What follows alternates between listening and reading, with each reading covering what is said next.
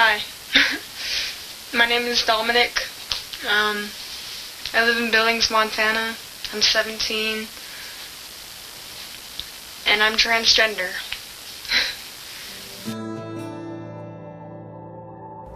I started transitioning when I was a sophomore. However, I wasn't on any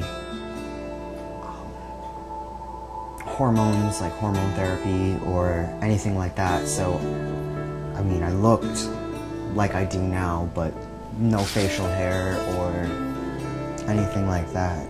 Because it was one thing coming out, as you know, I like women as well as men.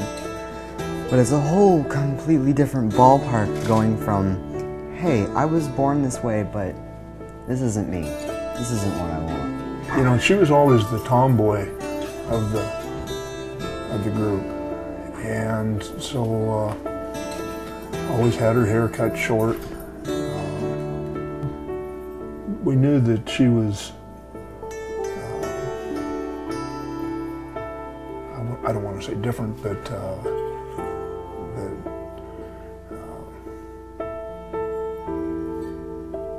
well, she was different than the other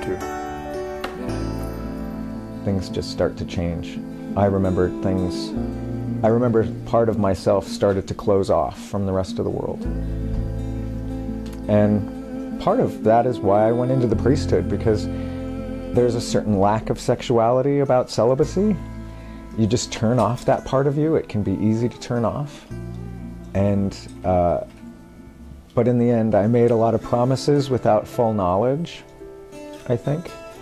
And after repressing that part of my life for a number of years, I found out that it just created great depression and anxiety, and I needed time to leave and think things over. So I did. I took a leave of absence, excuse me, moved to Seattle, and came out with the assistance of a great therapist. Went to graduate school to get my degree in counseling, and I worked at Seattle Counseling Service for Sexual Minorities,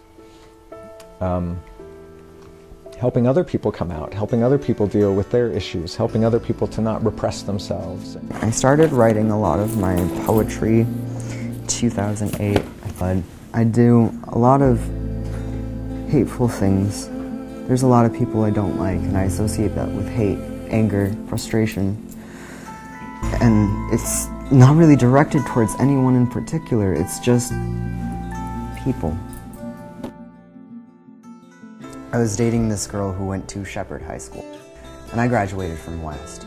I, went to lunch with her one day, and I just got, people were staring at me in the hallways, and, they'd walk by me and just whisper like fag and all that, slang terms and stuff like that. And we were in this little hallway with a door at the back of the hallway, and you either went out that door to go outside or out the end of the other hallway, go that way.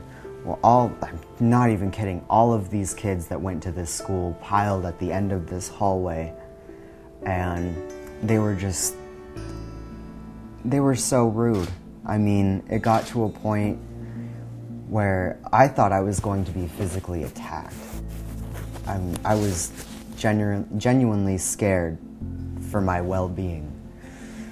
And they just stood there and just started, yelling all these things at me like fag and queer, and just, it was the worst display of any kind of bullying that ever happened to me anywhere. These are the issues that are creating pain. Even in the legislature right now, they're taking their sweet time about removing this language on the books that makes gay people felons and criminals. And those are the kind of things that make kids want to kill themselves. I had filled up my bathtub with just filled it up completely with water, and my mom had bought me a toaster for my new apartment, and I just sat in there and threw the toaster in.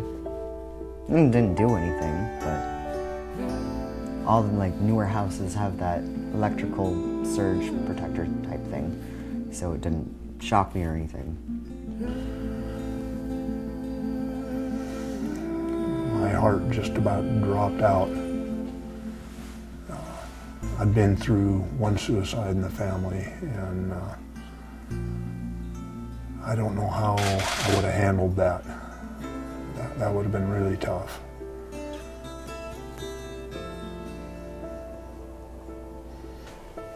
Almost every gay person I've ever worked with talked about suicide at some point in their lives, either thinking about it or attempting it. I've met a few people who said they've never thought about it, but they came from places that were really supportive and really kind, and they had remarkable resilience as human beings in the first place. I just remember as a student at Seattle U feeling so impressed by the need for mental health for young gay people, or young confused people, or people who found life hopeless in general, that I wanted to work on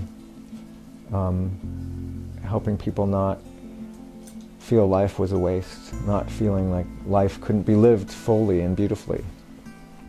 I'm pretty sure everyone has been there to a point, but, you know, some people who are more serious about, you know, suicide than I was, they couldn't, you know, they might not be here tomorrow or the next day. Or, you know, if you have a friend that is gay or something, gay, lesbian, trans, doesn't matter. You just be supportive as you can be. I mean, if they look like they're having a hard day, you just ask them, you know, you look kind of down. What's going on? Can I help you with this? Do you need someone to talk to? Communication is key in any kind of problem like this.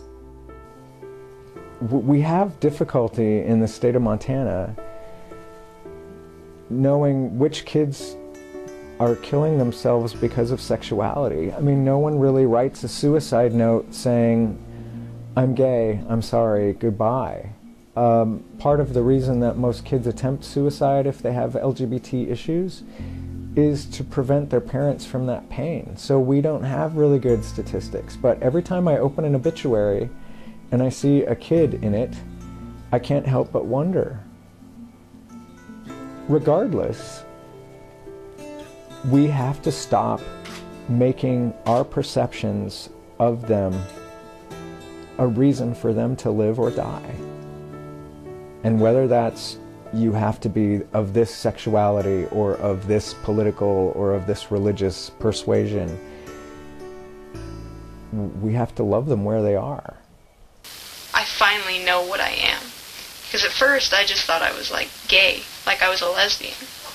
And then I was just like, there's something more. There's always been something more. And now that I know what it is, I want to pursue this dream.